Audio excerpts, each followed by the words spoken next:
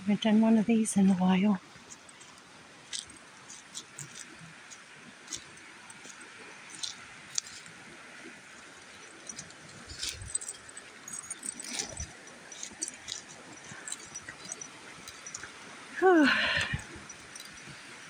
So the rains are, I think, pretty much over. This is my second spot today. Can't hike to the waterfall because of my lower spine. Till I can go get some more work done on that. And I miss it. As soon as I got out of the car at Placerita Canyon today, I walked so fast I wanted to run to be able to see this.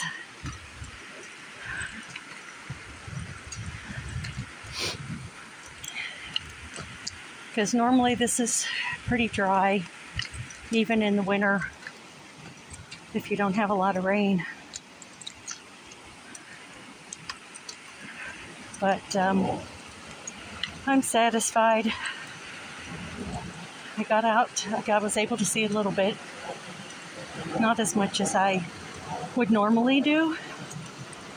Normally, I would, even where the trail is washed out, I'll go through it because I've done these trails so many times. Pretty sure I know where I'm going. But the last time I did that, I got sick. Got plastic bronchitis from breathing in the spray of the waterfall. And all the water was literally up to my waist to get through. It was tough, but I knew no one else would see it. No one else was going to go out there and see that. This waterfall at the end of this trail, and the other one, it's on the other side of the mountain. So I did it. Then I got real sick. But would I do it again? Yeah, for sure. So you can see by the sky, clouds are clearing.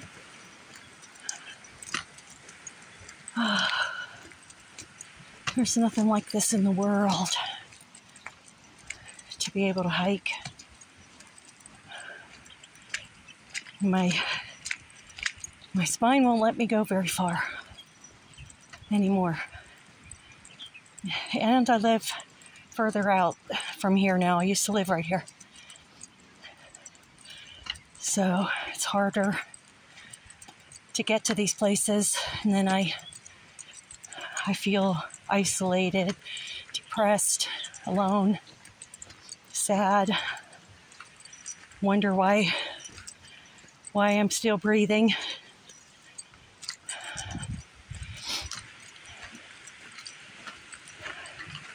I miss this. I would do this every day. A lot of places to hike out here, and I would hike all over, not just here. I go down to the Pacific Ocean. There's a lot of hiking opportunities. My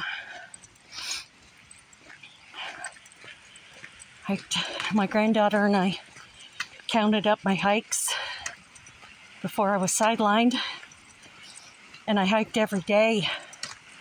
So we figured in 1 year, I went on about 5,000 hikes every day, sometimes 2-3 trails. Oh wait, no, we figured 5,000 in 3 years. We counted back 3 years.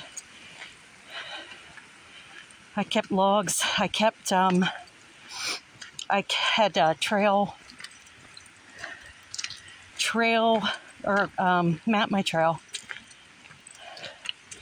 So it just followed me on my trails. So you can see like exactly where I went on the map.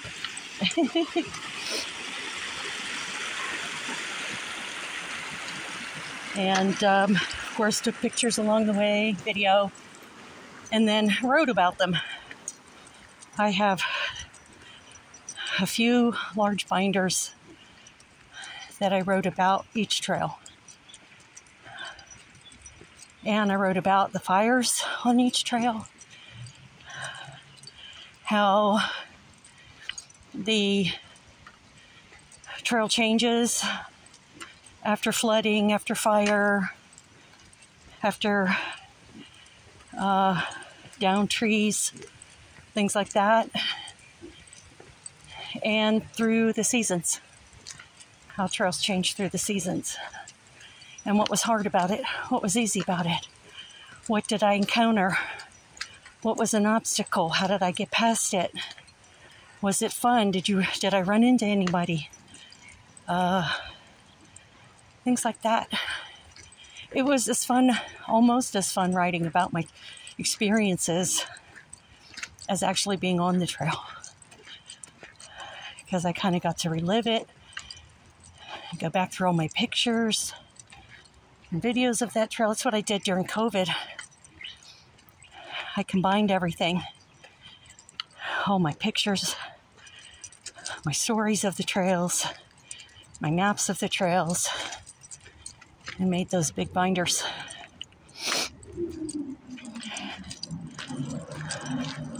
I've mostly hiked alone, but my granddaughter hiked. She was so good about it too, hiking with me.